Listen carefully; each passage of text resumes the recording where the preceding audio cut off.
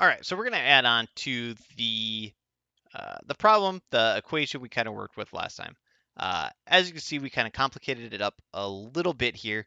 So today we're going to be looking at the magnetic fields produced by two different long straight current carrying wires here. All right, so the top wire here has a current of 1 amp going through it, as I completely messed stuff up. All right,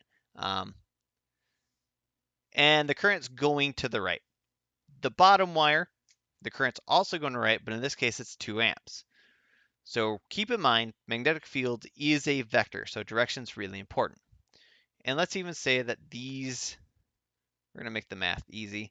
The two wires are 2 meters apart. And let's say that my question is going to ask, I'll even full screen it here. Let's even say that my question is going to ask, what is the magnetic field strength halfway between these 2 points? So it's 1 meter. So at a point 1 meter from both wires, what's the magnetic field? Well, keep in mind, when I diagram it using the right-hand rule, thumb goes in the direction of the current of the wire. The circles with the dots represent where the magnetic field's coming out of the screen or coming out of the paper at you. The X's indicate where the magnetic field is going into the paper. So at a point, let's say right here, that's halfway between, the magnetic field from the top wire is going into the page or into the screen.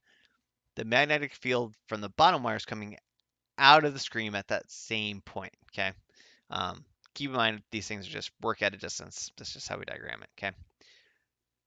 So I have two magnetic fields working in two different directions. Now I want to know essentially what's the net magnetic field after these two things. If they're going in opposite directions, they're going to cancel each other out.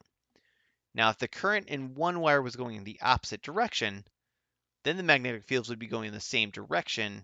They would add together. So in this case, opposite direction, they're going to cancel out.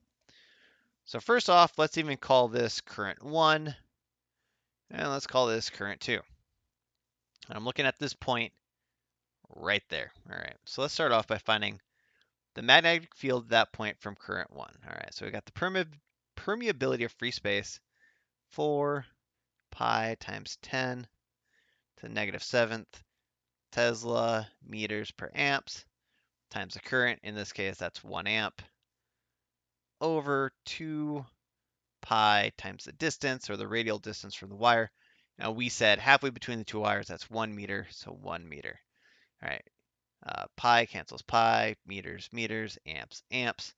2 goes into 4 twice. So the magnetic field strength 1 meter away from the wire 1 is 2 times 10 to the negative 7th Teslas. Okay. And keep in mind, at this point, I would even say that that's going into the page. The X's represent where the magnetic field is going into the page or into the screen, into the screen. Okay. So now let's look at the magnetic field produced by wire number 2. Okay. So we still got the permeability of free space, which is just really fun to say. 4 pi times 10 to the negative 7th Teslas meters per amps.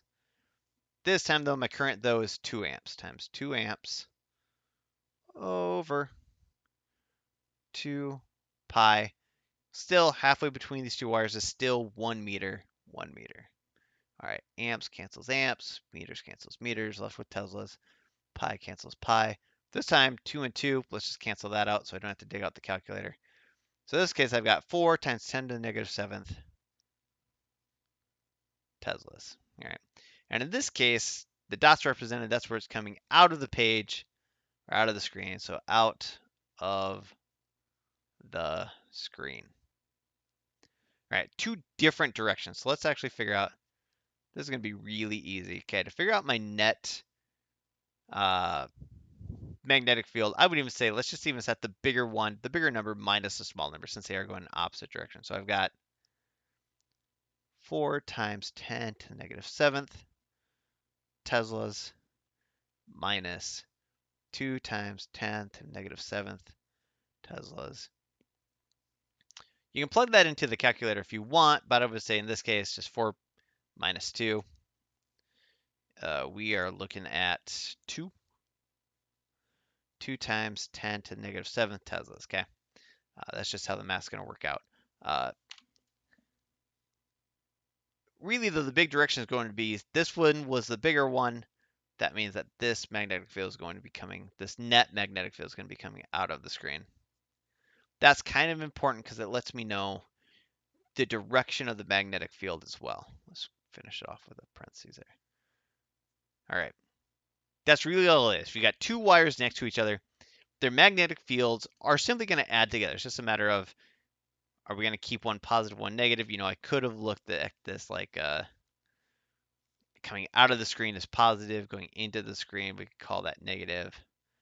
Really, I'm adding a negative here is what's going on. To find net anything, it's a sum. I just had to make it a little bit easier there. But that's how that works. Good luck with those problems.